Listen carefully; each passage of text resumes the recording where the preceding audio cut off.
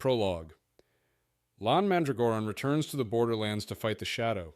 Perrin wakes beside Fael, troubled by past violence. Grandal and Arengar scheme against the Dragon Reborn, leading to Grandal's stronghold's destruction.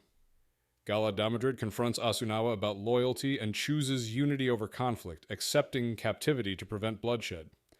Padan Fain, consumed by madness, seeks to kill Althor. In Heath Tower, Malin Arenrai prepares for siege amid dark storms. His son Keemlin, too young for a beard, takes the place of a faster soldier to deliver an important message.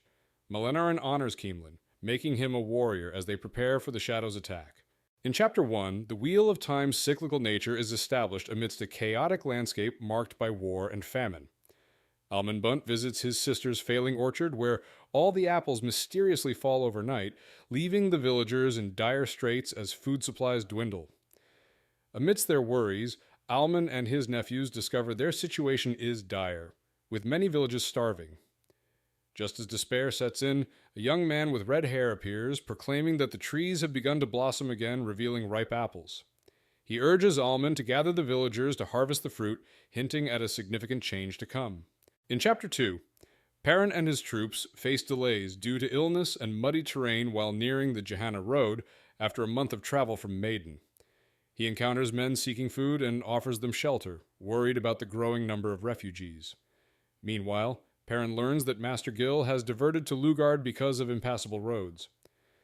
As they approach the road, Perrin receives news of Aiel scouts ahead, raising his concerns for his force's safety. In parallel, Galad, imprisoned and tortured, finds himself unexpectedly freed by fellow soldiers who question Asunawa's leadership, pledging allegiance to him. In Chapter 3, Egwene floats in a dreamlike state, reflecting on her responsibilities as an Aes Sedai.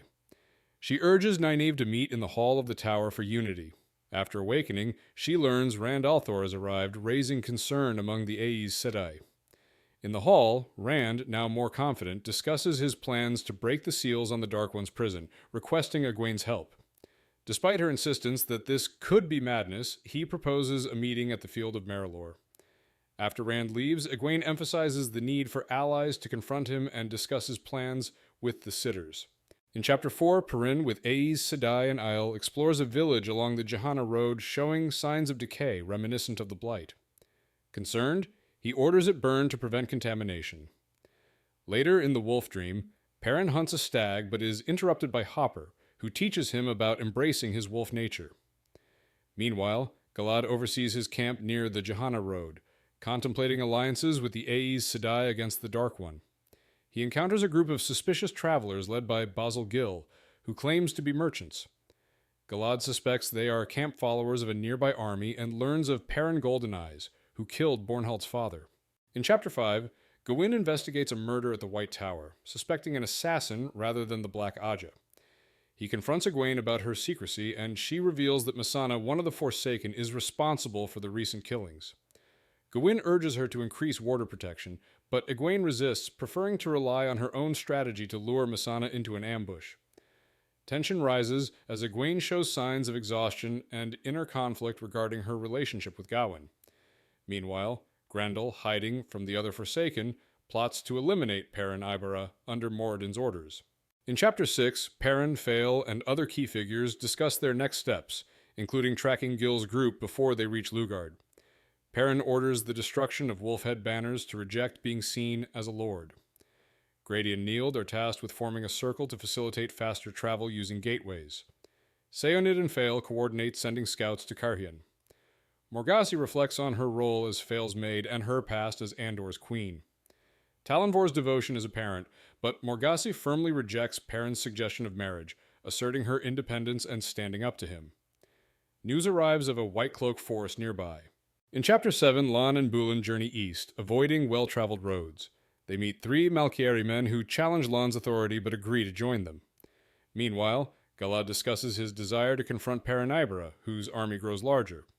Gaul reports to Perrin that the White Cloaks have allies in their army, including Basil Gill. Perrin's forces, larger than the White Cloaks, are ready for conflict. Both Perrin and Galad wrestle with decisions about how to engage in battle.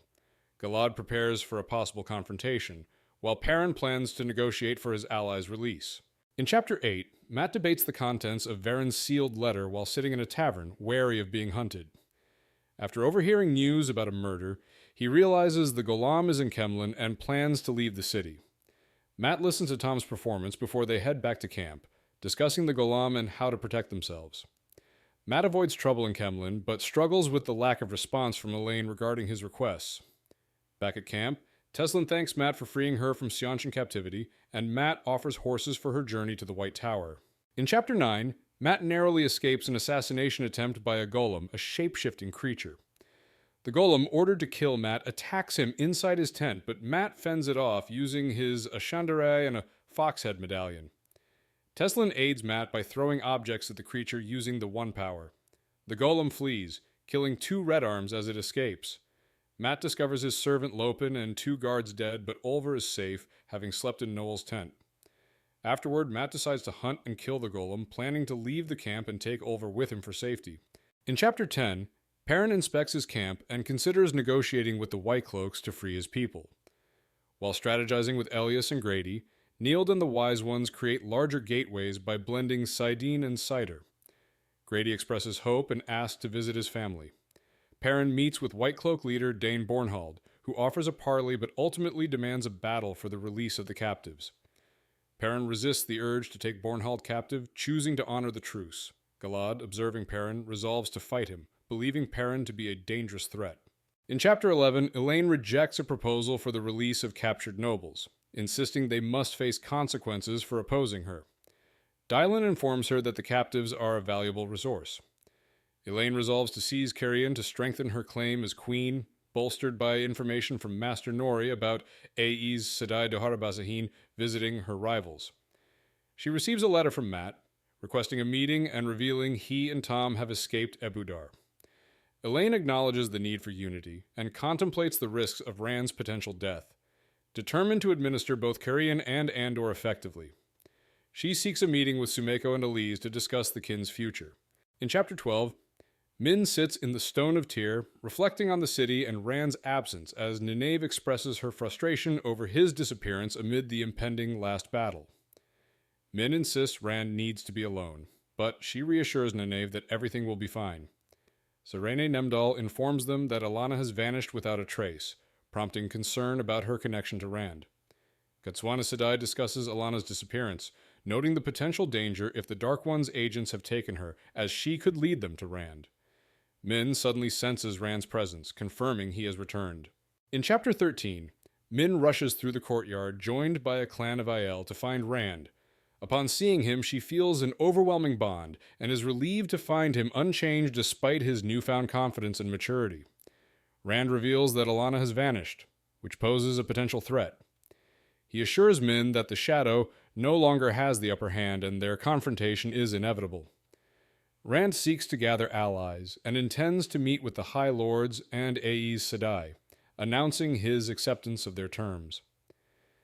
The chapter culminates in an emotional reunion with Rand and his father Tam, where Rand expresses regret for his past actions. In Chapter 14, Carl reflects on his position as Amyrlin after the reunification of the White Tower. He discusses Rand al'Thor's plans to break the seals on the Dark One's prison with Wise Ones, Bear, and Amy's, emphasizing the need for unity. As he awaits Nynaeve, they discuss her experiences as wisdom, leading to insights about establishing authority. Elaine arrives, celebrating the tower's reunification, but the mood shifts as Egwene warns them about the risks of Rand's actions. They resolve to return to the tower, where Egwene learns about Black Sisters prowling the area, heightening their sense of urgency. In Chapter 15, Nynaeve and Ashaman Nave sense a storm and a Myrddraal in Tyr. They encounter a bubble of evil causing destruction, leading Nynaeve to witness the devastation of lifeless husks. Using wind, they attempt to clear the wreckage, and Nynaeve unexpectedly heals Naef's madness. Rand arrives, emphasizing the need to confront the Dark One and break the seals before it's too late. Nynaeve expresses her commitment to assist Rand, promising to return after consulting Egwene. Meanwhile, Egwene and her supporters investigate ways to counter Masana's manipulation of the Oath Rod, developing theories about her potential methods. In Chapter 16, Fael reflects on her relationship with Perrin and their challenges, particularly concerning the White Cloaks. They meet to celebrate their first Shanahar, where Perrin shares his guilt over leadership and his struggles with the White Cloaks. Feyla reassures him of her support, strengthening their bond. Meanwhile, Elaine contemplates the state of her kingdom and her responsibility to protect it. She discusses the kin's future with Elise and Sumiko, proposing that they work with the Crown of Andor to provide healing and traveling services. Elaine realizes she needs a strategic advantage against the Seanchan, considering the Black Tower as a potential asset. In Chapter 17, Mat wakes up sore after the Golem attack and learns from Julin that he intends to join the Aes Sedai in Tarvalon. Mat reluctantly agrees to provide horses and discovers Jolene and Edicina have taken his. He encourages former Soldam Bethamin and Seta to learn to channel and says goodbye to Leilwyn and Doman, gifting them sweet buns. Mat discusses his plans to reclaim something from the White Tower and asks Sital to look after Ulver. Meanwhile, Elaine reflects on her pregnancy and the dangers surrounding her. She meets with kinswomen Elise and Sumiko, discussing their future and potential support from the Crown of Andor. Elaine aims to secure the kin's cooperation for healing and traveling to strengthen her position against the Seanchan. In Chapter 18, Perrin plans to trap the White Cloaks using the Ashaman and Wise Ones while navigating the Wolf Dream. He meets Hopper, who teaches him balance and reminds him of Fail. Rodel Ituralde commands his troops against a Trolloc assault and realizes Drakkar are hiding among corpses. Meanwhile, Fail confronts Baralan about damaging rumors regarding Perrin and challenges her to a duel to protect his honor. They eventually agree to feign friendship to quell the rumors, with Baralan suggesting a public display of camaraderie and finding a man to divert attention, which Fail reluctantly accepts. In Chapter 19, Mat prepares to meet Queen Elaine and Camlin, concerned about the Golem and mercenaries. He meets Tom and Talmanes, contrasting his attire with theirs. Inside the palace, Elaine greets them warmly. Mat reveals plans to build dragons, large launching tubes for iron balls, which could be effective against Trollocs. Elaine initially questions the idea but becomes enthusiastic when she realizes their potential. They negotiate the terms of the dragon's production, with Mat insisting on maintaining control for the band. Mat leaves feeling accomplished, unaware of Elaine's hidden agenda regarding his connection to the Seanchan. In Chapter 20, Nynaeve, now an Aes Sedai, enters the test chamber to prove her worth, tasked with completing 100 weaves. Faced with challenges that make her break the rules, she completes the final weave but realizes she must choose between her title and her love for Lan. After the test, Nynaeve confronts the sitters about using a forbidden weave, refusing to swear against it despite the risks. The sitters deliberate but ultimately declare she has passed. Afterward, she seeks Morel to bond with Lan, asserting her newfound power as an equal and demanding the bond before swearing the 3 oaths. In Chapter 21, Seonid informs Perrin that Elaine Trakand has secured her throne in Carrion, which may please Rand. Seonid suspects Rand is preparing for conflict with the Seanchan in Aradomin. They discuss the White Cloaks, who demand a battle, prompting Perrin to confront them after addressing refugee needs. Balver warns Perrin about a bounty on his head indicating danger. The chapter closes with Perrin reflecting on the increasing threats he faces and the need for protection as he contemplates his next actions. In Chapter 22, Gawain seeks guidance from Brine about his identity while guarding Egwene. He confronts an assassin, but ultimately forces them to flee. Upon entering Egwene's room, he is caught by an unseen force. Meanwhile, Mat wanders Low Camlin, feeling uneasy about the quiet. After defeating some thugs, he learns that one of them was an assassin targeting him. Mat discusses with Birgitte how to rescue a woman he cares for despite the dangers of the tower. Birgitte shares her tragic past related to the tower, prompting Mat to resolve to go, but they rush off when Elaine's distress signals trouble. In Chapter 23, Elaine attends a theater performance and contemplates the Foxhead Medallion's effectiveness. She realizes her copy is useless and intends to use the original to protect Mat. After the show, she investigates the Black Aja and confronts Chesmal in the dungeons, discovering an assassination plot against Mat.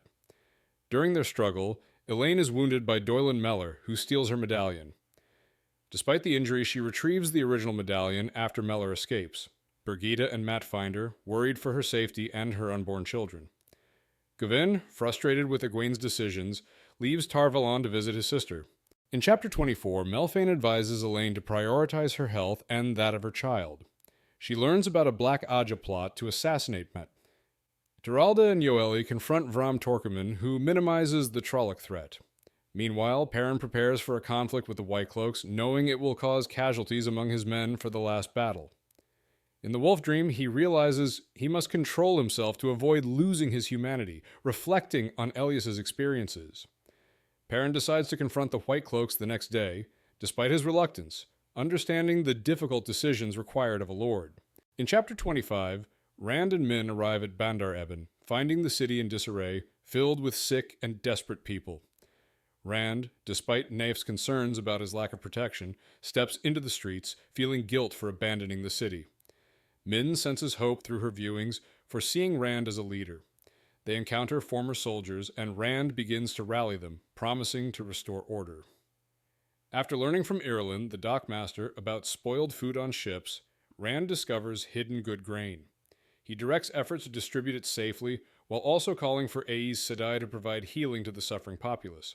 In Chapter 26, Perrin leads his army toward the White Cloaks, troubled by their strategy and the Ashaman's inability to create gateways. He seeks a parley with Galad to prevent bloodshed, discussing his past killings of White Cloaks and agreeing to a trial in 3 days, with Morgase as judge, allowing for a temporary truce. As they prepare, Perrin grapples with the impending confrontation and the conflict between duty and morality. Ultimately, they agree on the trial conditions, with Galad promising to release Perrin's people once it begins, setting the stage for further tensions and resolutions.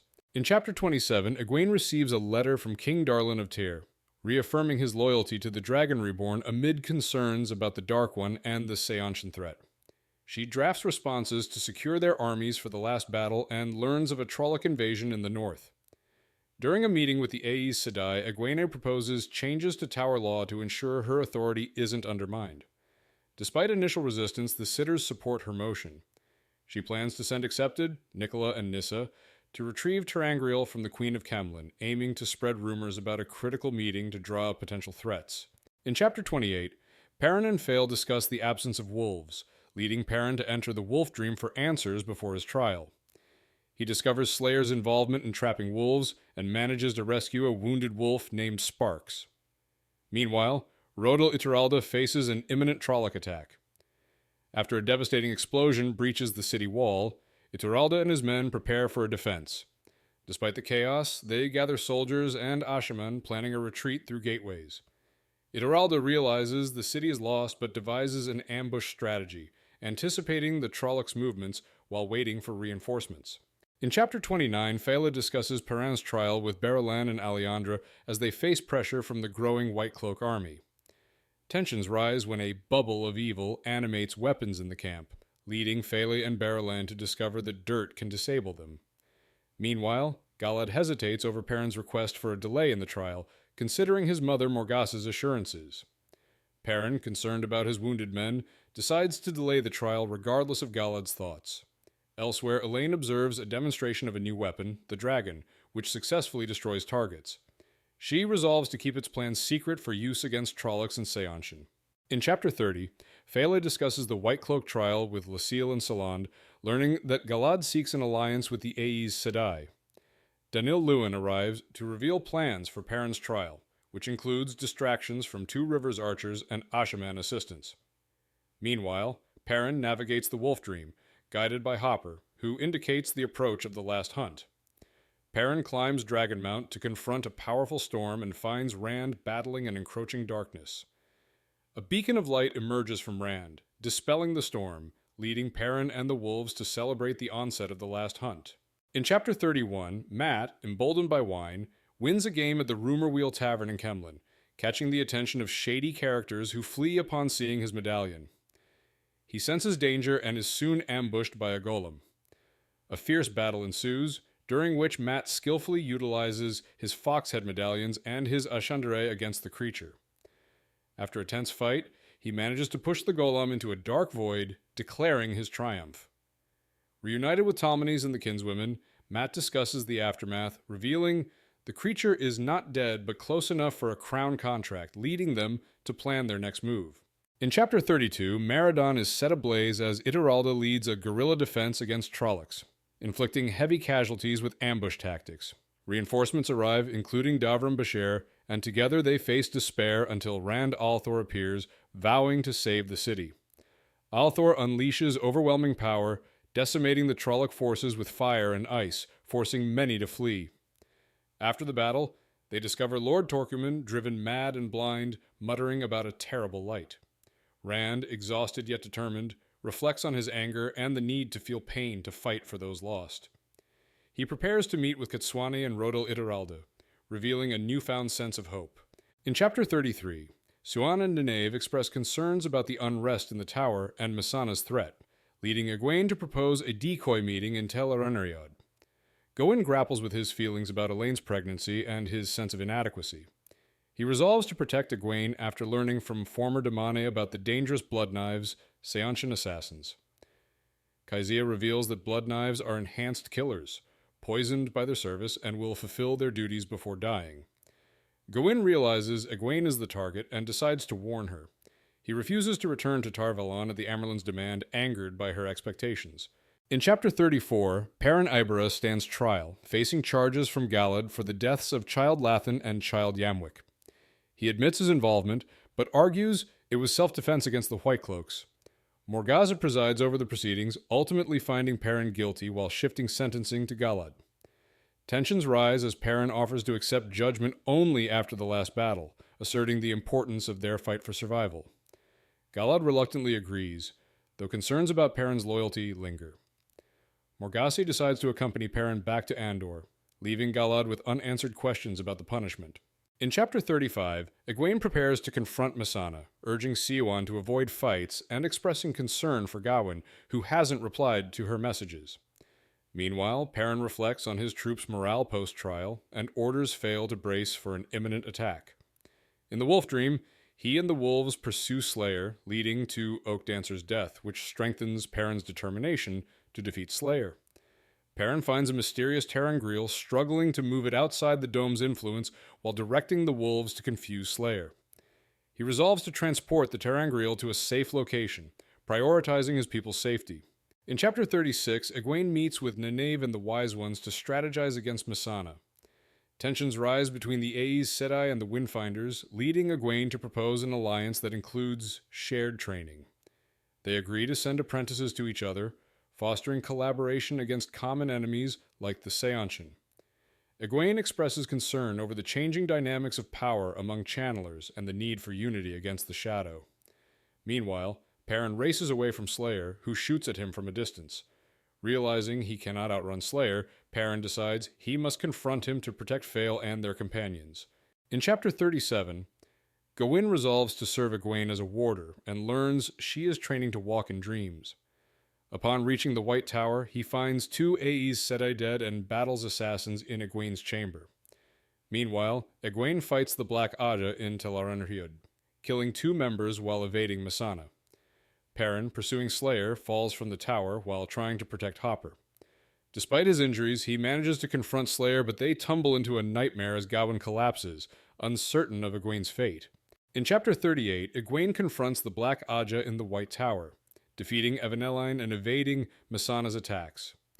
Despite her efforts to save Nicola, she dies, which deeply impacts Egwene. She ultimately captures Missana, marking a significant victory. Meanwhile, Perrin navigates a chaotic nightmare in Tel Arenariad, determined to confront Slayer. He disguises himself and manages to wound Slayer, who then escapes, but Perrin destroys a ter'angreal, weakening their enemy. Upon awakening, Egwene discovers Gawain wounded but alive. She bonds with him as her warder before Perrin awakens, mourning Hopper's death and leading his troops to safety. Grendel, aware of the looming danger, prepares a trap for Perrin.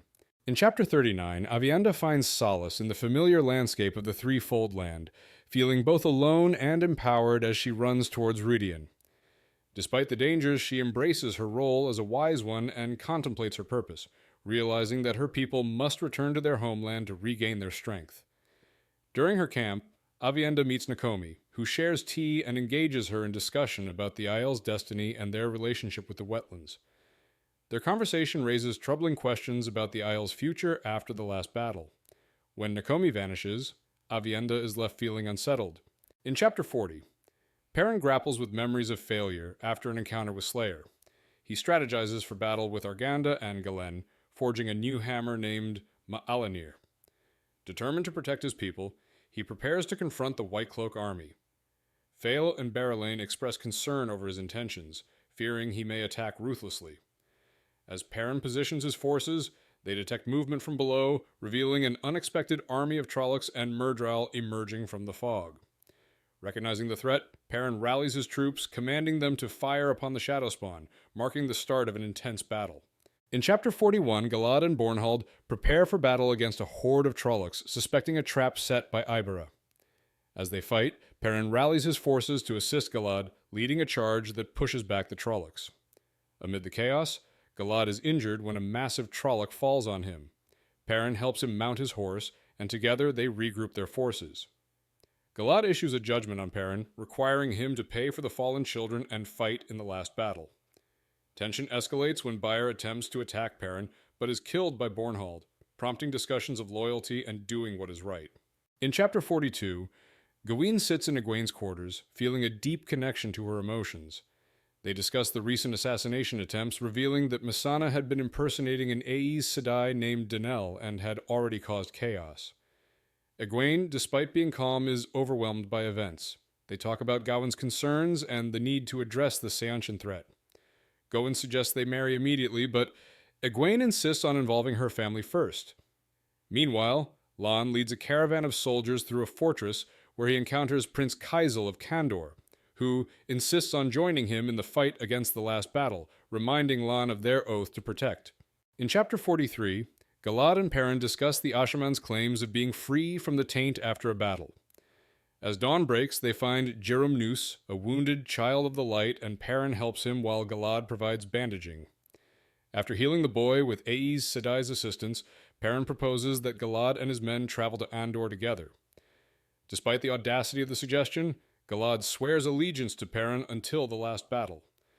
Meanwhile, Aleandra observes the dynamic between Fael and Berelain, noting their tension. Galad arrives, capturing Berelain's attention, leading to a moment of camaraderie over tea. In Chapter 44, Morgase contemplates the worsening situation in Andor while searching for Master Gil. She recognizes her duty to return to Kemlin and support her daughter Elaine, despite Talonvor's warning that rumors of her survival could weaken Elaine's authority. After embracing her feelings for Talonvor, they share a kiss and decide to marry, asking Perrin to officiate. Their simple wedding vows emphasize their deep love and respect for one another. Meanwhile, Perrin encounters Mat, who warns him of impending assassins and suggests meeting in Kemlin to discuss further plans, hinting at danger ahead. In Chapter 45, Elaine awakens relieved by Missana's defeat and learns from her midwife Melfane that she is expecting twins. During a meeting with Master Nori and Dylan, they discuss political unrest in Carrion. Elaine's half-brother Galad arrives with their mother Morgase, who reveals her survival and intention to renounce the throne. They strategize Morgase's role, considering her potential charge of the Western Realm. Meanwhile, Aviendha reflects on Rudian's transformation since Rand's arrival, pondering the changes in Ael society and her future with Rand and Elaine, and deciding to pass through the glass columns for insight into her people's future. In Chapter 46, Andral works on a leather arm guard while reflecting on his challenges with the Black Tower and Logain's absence. He interacts with the village children, noting their resilience, and observes the tower's construction. Conversations among Ashaman reveal tensions, especially regarding Taim's favoritism and the lack of trust among factions. Emmerin suggests sending someone for Logain, fearing conflict may arise. After a confrontation with Kotarin, Andral's friends rally to support him, but tensions persist about Taim's influence. They consider gathering information to address these issues and decide to involve Evan, Hardlin, and Norley discreetly. In Chapter 47, Fael, Perrin, and their group arrive in Kemlin to negotiate with Queen Elaine. Fael proposes naming Perrin High Lord of the Two Rivers for peace, which Elaine hesitates to accept until Morgase supports it. They discuss alliances, leading Elaine to agree to grant the Two Rivers autonomy under the Dragon Reborn. Meanwhile, Mat reveals that Moiraine is alive and has sent a letter about the Tower of Genjay, where she is trapped. Mat plans to rescue her, but only 3 can enter the tower, and he has chosen his companions. Perrin wants to help, but is not allowed to join. In Chapter 48, Aviendha emerges from the forest of glass pillars into Ruidian's plaza, encountering the Tree of Life, Avendesora. Reflecting on her journey, she realizes the Aiel's shameful history instead of their noble origins. She witnesses a traumatic scene of her father fighting off invaders, who leave destruction in their wake. Despite his pleas to rebuild, the Aiel begin to disperse, disheartened by their losses and feeling defeated. Aviendha understands that the invaders were the Seanchan, foreseeing her people's future struggles. Overcome with emotion, she prepares to continue her journey through the Pillars, seeking deeper truths. In Chapter 49, Ladalin, a wise one of the Tardad Isle, attends a meeting with clan chiefs to discuss the dire situation after the fall of the White Tower and the threat from the Seanchan. Amidst despair, Takai suggests retreating, but Ladalin insists on regrouping to maintain strength for future battles. Aviendha struggles with the loss of Aiel honor, while Ankala and Hayal seek Queen Talana's support against the Seanchan. Discussions ignite about reclaiming Aiel pride through war, leading Padra to reflect on the impending conflict. Meanwhile, Aviendha experiences visions of her people's decline and resolves to take action to avert their fate. In Chapter 50, Elaine prepares to assert her authority as queen in the throne room while distant booms indicate the ongoing demonstration of dragons. As she awaits the arrival of the high seats, she reflects on her precarious position and the upcoming meeting. When the prisoners, Aramilla, Elenia, and Nayan are brought in, Elaine announces their titles and lands are forfeited due to their rebellion, an act that shocks both the prisoners and the gathered nobles. She then engages the Kurhianan lords, hinting at alliances and offering estates to curry favor. Elaine's strategy is to create bonds between Andor and Kurhian while ensuring her own power, though it risks making enemies. In Chapter 51, Min holds Kalandor, sensing its warmth, while Rand discusses its dangers with Katswani and others. Min warns that it could be used against Rand. They ride toward Farmadding and encounter Queen Ethaniel and Borderlander leaders who confront Rand aggressively. Rand reveals his identity as the Dragon Reborn and is asked about Telendal Tiraso's death. Pythar recites a prophecy linked to Rand indicating he may bring destruction. Rand insists on teaching the Aes Sedai to create gateways in exchange for their oath of allegiance, asserting he will shatter the seals on the Dark One's prison. In Chapter 52, Elaine, dressed regally and accompanied by Brigitte and an honor guard, enters Carrion amidst a mix of cheers and hostility. Seshal cedes authority to Elaine on Rand's behalf, and she orders the nobles to gather their armies for the last battle after discovering an assassination attempt against her. Meanwhile, Matt reflects on his newfound safety and camaraderie in his camp. He reviews spy reports, noting rumors about Rand and the Seanchan Empress, Tuon. Matt converses with Sitalia about nobles and responsibilities, using boots as a metaphor for the burdens of leadership. He remains determined not to open Varen's sealed letter and prepares to leave for the Tower of Genjay. In Chapter 53, Pavara observes the fortifications of the Black Tower alongside Havindra and Mazrim Taim, who restricts Aes Sedai from bonding Ashaman beyond dedicated. Meanwhile, Perrin bids farewell to Matt, Noel, and Tom as they journey to the tower to find Moiraine, emphasizing unity among their troops. Matt, Tom, and Noel use a bronze knife to open a doorway, entering a dark corridor filled with unsettling steam. They encounter an Eelfin, which offers to guide them if they leave behind their iron and fire. Matt refuses, distracting the creature with music.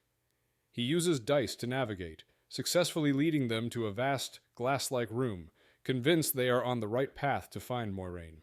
In Chapter 54, Matt, Tom, and Noel find themselves trapped in the Eelfin's lair.